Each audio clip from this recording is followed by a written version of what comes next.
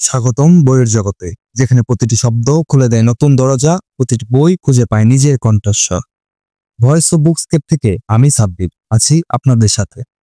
Voice of বুকস্কেপের আজকের বই আহমদ ছফার লেখা গাভী বৃত্তান্ত। তাহলে শুরু করা যাক। বাংলা সাহিত্যে আহমদ ছফা এক অন্যরকম নাম। তিনি কখনো জনপ্রিয়তার পেছনে দৌড়াননি, বরং সত্যকে প্রকাশ করতে চেয়েছেন, সমাজকে আয়নায় দেখাতে চেয়েছেন। 1995 সালে প্রকাশিত গাভী বৃত্তান্ত এমন এক ব্যঙ্গাত্মক উপন্যাস যা আজও পাঠকের মনে প্রশ্ন জাগায়, কৌতুক আর বিদ্রূপের আড়ালে তীব্র সত্য উন্মোচন করে। 1990-এর দশক, বাংলাদেশ সামরিক শাসন থেকে বের হয়ে গণতন্ত্রের পথে হাঁটছে, কিন্তু রাজনৈতিক সংস্কৃতি সেটা রয়ে গেছে একই: হানাহানি, ক্ষমতা লড়াই, দুর্নীতি আর ব্যক্তি স্বার্থ। বিশ্ববিদ্যালয়গুলো এর বাইরে নয়। ছাত্র রাজনীতি, শিক্ষক রাজনীতি, প্রশাসনিক বিশৃঙ্খলা, সব মিলিয়ে এক ভয়ঙ্কর জটিলতা। ঠিক এই সময়ে ছফা লেখেন গাভী বৃত্তান্ত। তিনি একটি গাভীকে কেন্দ্র করে আমাদের পাবলিক বিশ্ববিদ্যালয় আর সমাজের ক্ষমতার নাটককে তুলে ধরেন। এই উপন্যাসে একটি বিশ্ববিদ্যালয়ের উপাচার্যের পদ লাভ এবং ক্ষমতা দখলের নোংরা রাজনীতি ও তোষামোদী চিত্রিত হয়েছে। প্রধান চরিত্র আবু জুনায়েদ, একজন সাধারণ বিশ্ববিদ্যালয় শিক্ষক, শান্ত, অন্তর্মুখী, রাজনৈতিক খেলায় অদক্ষ। কোনো দলের সাথে তেমন কোনো সম্পর্ক ছিল না, কিন্তু ভাগ্যের নির্মম পরিহাসে একদিন তিনি হয়ে গেলেন উপাচার্য। কারণ একটা লিস্টে 3 জনের নাম দিতে হতো, কাউকে পাওয়া যাচ্ছিল না। কোনো একভাবে কারো হাতে তার নাম ভরে ফেলা হলো, আর উপাচার্যের চেয়ারে বসিয়ে দেওয়া হলো তাকে। প্রথমে অবিশ্বাস, তারপর অবাক বিস্ময়। অবশেষে আবু জুনায়েদ আবিষ্কার করলেন তিনি এখন ক্ষমতার আসনে।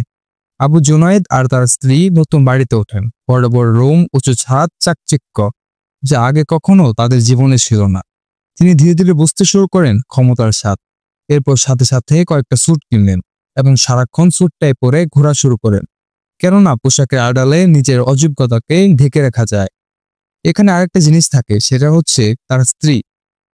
সে আবু জুনায়েদকে বারবার খোঁটা দেয় যে শ্বশুর তাকে পড়িয়েছে, শ্বশুর তাকে টাকা দেওয়ার জন্য সে আজ এই পর্যায়ে এসেছে।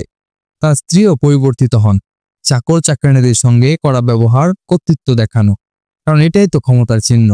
আবার দেখা যায় হোস্টেলে বা বিশ্ববিদ্যালয়ে কোনো একটা সমস্যা হলেই আবু জুনায়েদের বাসায় এসে স্টুডেন্টরা সবকিছু ভেঙে চলে যায়। আবু জুনায়েদ উপাচার্য হয়ে বুঝতে পারলেন, যদিও ক্ষমতায় আসছে নতুন নতুন, তবু অনেক কিছুই করা সম্ভব। যে কাউকে চাকরি পাইয়ে দেওয়া যায়, কিন্তু কোন কাজটা তার এবং কোন কাজটা তার না, এর কোনো সীমা নির্ধারণ নেই। তাই সব মানুষ তার উপর চড়ে বসে তাকে বলে, এটা আপনার করার কথা, ওটা আপনার করার কথা। এরপর তিনি বিভিন্ন মানুষের সাথে কথাবার্তা বলে মানুষের মেন্টালিটি বোঝার চেষ্টা করলেন, যে এই দলের মানুষ কেন ওই দলকে ঘৃণা করে। এভাবেই কোনো কিছু না বোঝা মানুষটা আস্তে আস্তে মানুষের মনস্তাত্ত্বিক বিষয়গুলো বুঝতেছিলেন। শেষমেশ দেখা যায় তিনি নিজেও নিজের একটা দল করতে আগ্রহী হলেন। এরপর একদিন আবু জুনায়েদের মাথায় আসে অদ্ভুত এক শখ, তিনি একটি গাভী পুষবেন। এখান থেকে মূলত গাভী বৃত্তান্ত। হঠাৎ একজন ঠিকাদারের সাথে তার দেখা হয়ে গেল, এবং এই ঠিকাদার তার ওয়াইফের মামা হয়। এই ঠিকাদারের বাড়িতে আবু জুনায়েদ দাওয়াতে গেলে তাকে অনেক মানুষের সাথে পরিচয় করিয়ে দেয়, অনেক খাতির করে। এরপর সেই ঠিকাদারকে তার শখের কথা বলতেই অনেক টাকা খরচ করে পরের দিনই বিশাল গোয়াল ঘর বানিয়ে দেন। দুর্লভ জাতের গাভী এনে রাখলেন সেখানে, আর এই গাভী ধীরে ধীরে হয়ে উঠল বিশ্ববিদ্যালয়ের কেন্দ্রবিন্দু। এক বন্ধু আবার তাকে কিছু পাখি এনে দেয়। সেই জায়গাকে তারা মিনি চিড়িয়াখানা বানিয়ে ফেলে, আর সবাই সেখানে বসেই আড্ডা দিত। হ্যাঁ, ঠিক শুনছেন, শিক্ষক রাজনীতি, ছাত্র রাজনীতি, প্রশাসনিক কাজ, সবই এখন সেই গোয়াল ঘর ঘিরে চলছে। গাভীর কাছে যেতে পারা মানে ক্ষমতার কাছে যাওয়া। প্রশ্ন হচ্ছে, একজন উপাচার্যের সময়টা কি গাভীর পেছনে ব্যয় হওয়ার কথা, নাকি বিশ্ববিদ্যালয়ের উন্নতির পেছনে? এখানেই আহমদ ছফার মেধা। গাভী প্রতীকীতে বুঝিয়েছেন বিশ্ববিদ্যালয় ক্ষমতা, জনগণের সম্পদ। গোয়ালঘর দ্বারা বুঝিয়েছে ক্ষমতার কেন্দ্র।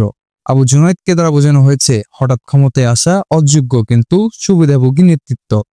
ছাত্র, শিক্ষক, অফিসারদের আচরণ দেখানো হয়েছে লুট, হানাহানি, ব্যক্তি স্বার্থের প্রতিচ্ছবি।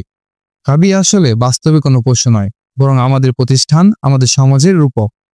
গাভী বৃত্তান্ত প্রকাশিত হয়েছিল 1995 সালে, কিন্তু আশ্চর্যের বিষয়, আজও এই বই পড়লে মনে হয় ছফা যেন আজকের বিশ্ববিদ্যালয়ে নিয়েই লিখছেন। শিক্ষক রাজনীতি দলাদলি, ছাত্র রাজনীতি সহিংসতা, প্রশাসনিক দুর্নীতি, অযোগ্য নেতৃত্ব, সবই এখনো আমাদের চারপাশে বিদ্যমান। প্রশ্ন হলো, আমরা কি কখনো এই বৃত্ত থেকে বের হতে পারবো, নাকি আমরা চিরকাল গাভীর মতোই দুধ দিয়ে যাব, আর কিছু ক্ষমতাবান সেটি ভোগ করে যাবে।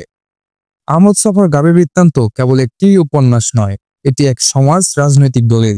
এটি আমাদের শেখায় ক্ষমতা যদি দায়িত্বহীন মানুষের হাতে যায় তবে প্রতিষ্ঠান ধ্বংস হয়ে যায়, মানুষ হেরে যায়।